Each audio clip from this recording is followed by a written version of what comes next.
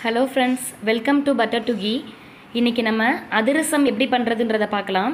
அதுக்கு ஃபர்ஸ்ட் நம்ம அரிசி எடுத்துர்க்கேன். நான் வந்து ஒரு 3/4 கிலோ அரிசிக்கு அளவு சொல்றேன். 3/4 கிலோ பச்சை அரிசி எடுத்து ஒரு 3 மணி நேரம் நல்லா வாஷ் பண்ணிட்டு ஊற வச்சிருங்க.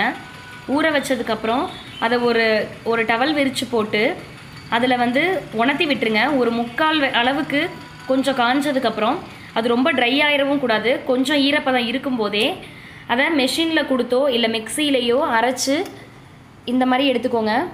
இங்கே பாருங்கள், இந்த அளவுக்கு அரைச்சிருக்கணும். எந்த அளவுக்கு மிக்சியில் அரைச்சிங்கன்னா எந்த அளவுக்கு நைஸாக அரைக்க முடியுமோ அந்த அளவுக்கு அரைச்சிக்கோங்க. அரைச்சி இப்போ நம்ம வந்து அந்த மாவு ரெடி பண்ணி வச்சுருக்கோம். அதுக்கப்புறம் 3/4 கிலோ மாவுக்கு 3/4 கிலோ வெல்லம் திருவி வச்சுருக்கேன். அதுக்கப்புறம் வந்து எள்ளு ஒரு 2 ஸ்பூன் டு 3 ஸ்பூன் அளவுக்கு எள்ளு எடுத்துக்கலாம். ஏலக்காய் பொடி, கொஞ்சம் உப்பு, இதெல்லாம் நம்ம எடுத்து வச்சுருக்கோம். வாங்க இதை எப்படி செய்கிறதுன்றதை பார்க்கலாம். அந்த பதம் வைக்கிறத மட்டும் கரெக்டாக வந்துட்டிங்கன்னா உங்கள் அதிரசம் ரொம்ப சூப்பராக இருக்கும். வாங்க எப்படி பண்ணுறதுன்றதை பார்ப்போம். இப்போ இந்த மாவுலையே எள்ளு சேர்த்துக்கலாம். அடுத்தது உப்பும் சேர்த்துக்கலாம். ஏலக்காய் பொடியும் சேர்த்துக்கலாம். அதுலேயே சேர்த்துட்டு இந்த மாவை வந்து ஓரளவு நல்லா அந்த போட்டிருக்க பொருள்லாம் மிக்ஸ் ஆகிற மாதிரி மிக்ஸ் பண்ணி வச்சுருங்க.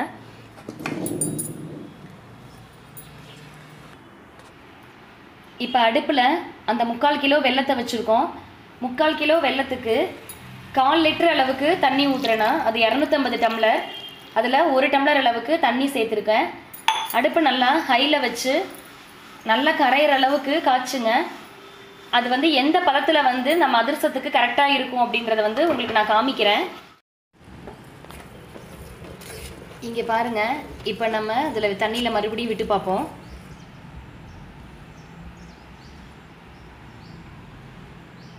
இங்கே பாருங்கள், நம்ம இப்படி சேர்த்தோன்னா இதை இங்கே பாருங்கள் நல்லா சேருது பாருங்கள். இதுதான் கரெக்டான பதம் அதிரசத்துக்கு. இப்போது நம்ம இதை வந்து எடுத்துடலாம் அடுப்பில் இருந்து. இதுக்கு மேலே இந்த பாகு வந்து அதிகமாயிரவும் கூடாது, முன்னாடி எடுத்துடவும் கூடாது. கரெக்டான அந்த பதத்தில் பார்த்துக்கோங்க. அது இப்படி கை வச்சு இப்படி அதை சேர்த்தோன்னா சேரணும். இப்போ நம்ம அதை எடுத்துக்கலாம். இப்போ நம்ம ஆல்ரெடி ரெடி பண்ணி வச்சுருக்கிற மாவில் அதை கொஞ்சம் கொஞ்சமாக அப்படியே சேர்த்து நம்ம அப்படியே நல்லா கிண்டி கொடுக்கணும்.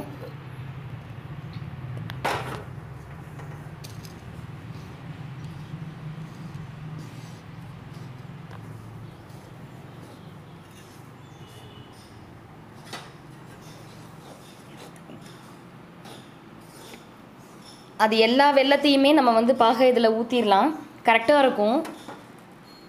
கம்மியாக இருக்கணும் நிறுத்தணுன்றதெல்லாம் கிடையாது, கரெக்டாகவே இருக்கும். 1க்கு 1 போடலாம். 1/2 கிலோ மாவுன்னா 1/2 கிலோ வந்து வெல்லம், 1 கிலோ மாவுன்னா 1 கிலோ வெல்லம், அந்த அளவுக்கு சேர்த்துக்கலாம். நம்ம அந்த பாகு மாவில் ஊற்றுனதுமே அந்த அதிரசத்தோட வாசம் வரும் நல்லா. நீங்கள் நல்லா இதை மிக்ஸ் பண்ணிவிட்டு இந்த மாவு வந்து நீங்கள் ஒரு 3-4 மாதம் வரை வச்சுருக்கலாம். நீங்கள் ஃப்ரிட்ஜில் வச்சு ஸ்டோர் பண்ணிவிட்டு கூட உங்களுக்கு எப்பப்பெல்லாம் தேவையோ அப்போ வந்து கொஞ்சம் கொஞ்சமாக கூட நீங்கள் வந்து எண்ணெயில் பொரித்து எடுத்து சாப்பிட்டுக்கலாம். ரொம்ப டேஸ்ட்டாக இருக்கும், கரெக்டாக இருக்கும். இந்த மாதிரி நீங்கள் ஒரு தடவை ட்ரை பண்ணி பாருங்கள். இது கலர் வந்து பார்த்திங்கன்னா வெல்லத்தோட கலரை பொறுத்து நமக்கு இந்த மாவோட கலர் இருக்கும். ஒரு சில வெல்லம் கொஞ்சம் கருப்பாக இருக்கிற மாதிரி இருந்துச்சுன்னா அந்த கலர் ஓரளவுக்கு வரும்.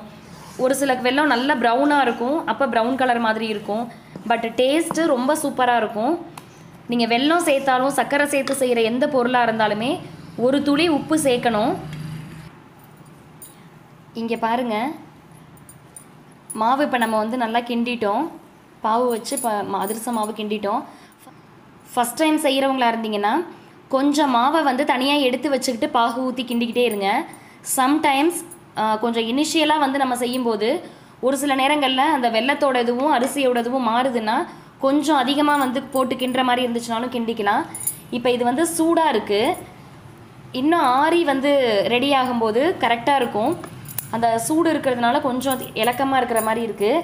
நீங்கள் பாவை வந்து கரெக்டாக வந்து வச்சுருக்கீங்க அப்படின்றது எப்படி தெரியும்னா, தண்ணி வந்து கையில் தொட்டுட்டு இப்படி தொட்டிங்கன்னா இங்கே பாருங்கள் மாவு வந்து கொஞ்சம் கூட ஒட்டவே இல்லை பாருங்கள்.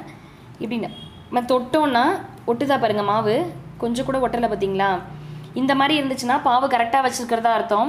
இப்போ நம்ம அதிரச மாவு ரெடி ஆயிடுச்சு. இங்கே பாருங்கள் ஃப்ரெண்ட்ஸ், இப்போ அதிரச மாவு நல்லா ஊறி இருக்குது. 1 டேக்கு அப்புறம் செஞ்சிங்கன்னா நல்லா ஊறி நல்லாயிருக்கும். இது வந்து ஒரு 3-4 மணி நேரம் ஊறிட்டாலே இங்கே பாருங்கள் எவ்வளோ வந்து பாகு அதிகமாக இருக்கிற மாதிரி இருந்தது. இப்போ பாருங்கள் நம்ம கைக்கும் ஒட்டாமல் கரெக்டாக பிடிக்கிற அளவுக்கு வருது பாருங்கள். இப்போ இந்த மாதிரி சின்ன சின்ன பால்ஸாக எடுத்து அதை வந்து கொஞ்சம் வாழை இலையோ இல்லை பேப்பரோ எடுத்துக்கோங்க, கவரோ எடுத்துக்கோங்க. அதில் வந்து கொஞ்சம் எண்ணெய் தடவிட்டு வச்சு அப்படியே வந்து கொஞ்சம் ஸ்ப்ரெட் பண்ணி விடுங்க. அதை லைட்டாக அப்படி அழுத்திட்டு காஞ்சிட்ருக்க எண்ணெயில் நம்ம அப்படியே ஒன்று ஒன்றா போட்டு எடுக்க வேண்டியது தான். இப்போ எண்ணெய் காஞ்சிருச்சு. நம்ம தட்டி வச்ச அதிரசத்தை அதில் விட்டுடலாம்.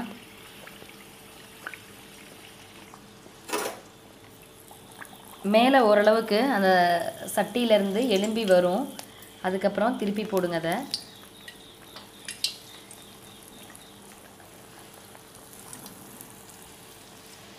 அடுத்தடுத்து இதே மாதிரி நம்ம வந்து பொரிச்சு எடுத்துட வேண்டியது தான். இங்கே பாருங்கள் நம்மளோட சூப்பரான அதிரசம் ரெடி ஆயிடுச்சு. தேங்க்யூ ஃபார் வாட்சிங்.